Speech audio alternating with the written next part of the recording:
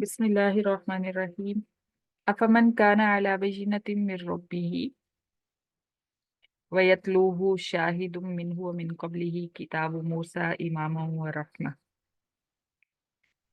अल्लाह ताला फरमा रहे हैं कि मुशरिक जो हैं सिर्फ दुश्मनी और जिद की वजह से कुरान को नहीं मान रहे। ये सूरत भी आखिरी दौर में, मक्की दौर के बिल्कुल आखिर में नाजिल हुई थी, और सूरह यूनुस के भी बाद, यानी सूरह यूनुस के फौरन बाद सूरह हूद नाजिल हुई थी।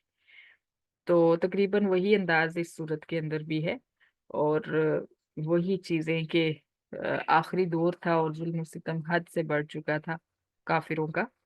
तो उस दौर की ये आयत हैं। अल्लाह ताला दलील के तौर पे फरमा रहे हैं कि क्या जो शख्स अपने रब की तरफ से रोशन दलील पर है, वयतलूहु शाहिदुम मिनहु, और उसके पीछे एक गवाह भी आ रहा है, यानी गवाह कुरान मजीद है।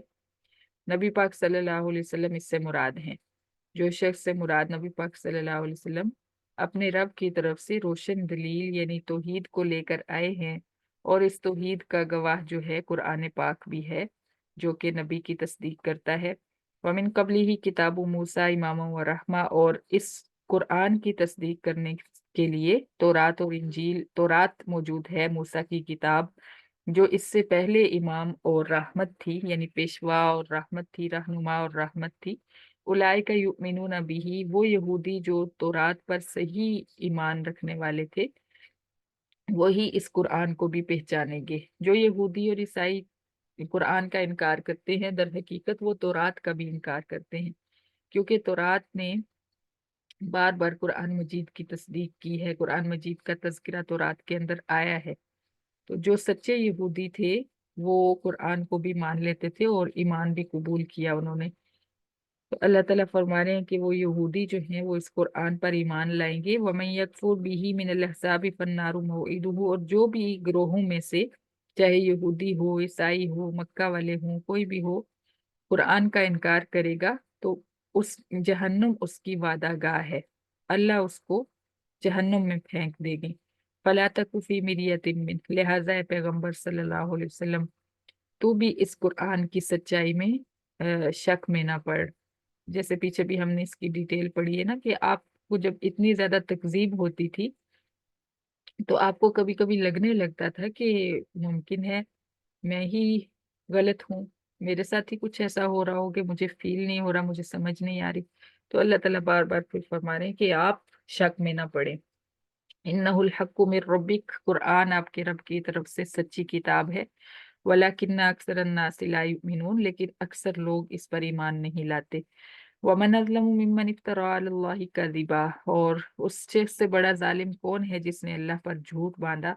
उलाइका युरदूना अला रब्बिहिम, वो लोग जो अल्लाह पर झूठ बांधते हैं वो अपने रब के हुजूर पेश किए जाएंगे।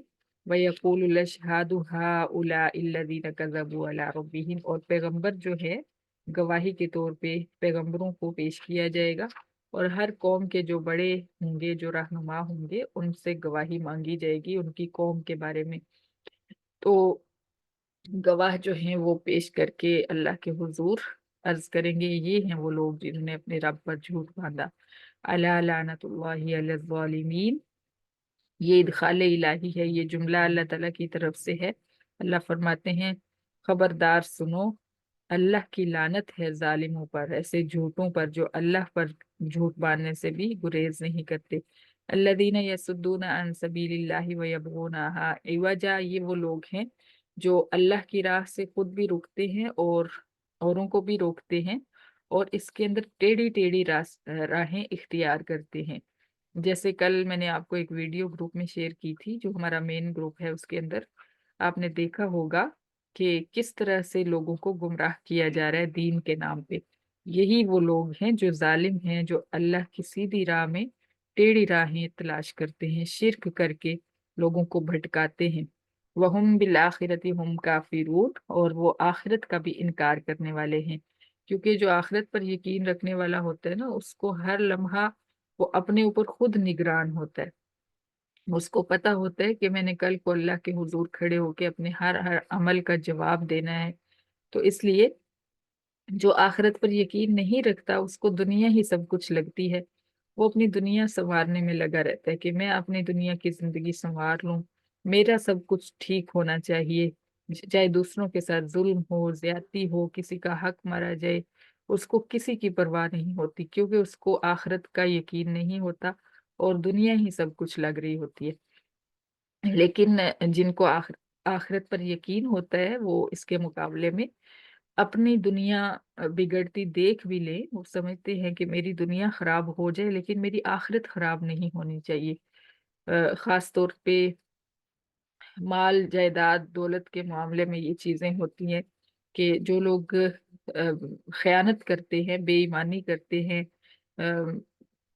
خرید و فروخت میں بھی کرتے ہیں، خرید و فروخت میں اپنے سے چیزیں خریدنے والوں کو دھوکہ دیتے ہیں، پیسے زیادہ لے کے یہ چیز گھٹیا دے دی، ان کو اس وقت یہی لگ رہا ہوتا ہے کہ ہمیں پیسے زیادہ مل رہے ہیں، کیونکہ ان کو آخرت کی طرف دھیان نہیں ہوتا، ان کو دنیا سنوارنے کی طرف دھیان ہوتا ہے۔ لیکن جس کا دھیان آخرت کی طرف ہوتا ہے وہ 1 روپیہ بھی آگے پیچھے نہیں ہونے دیتا، یعنی وہ ایمانداری سے کام کرتا ہے کیونکہ اس کو پتا ہوتا ہے کہ قیامت کے دن میں نے اپنے ایک ایک عمل کا حساب دینا ہے۔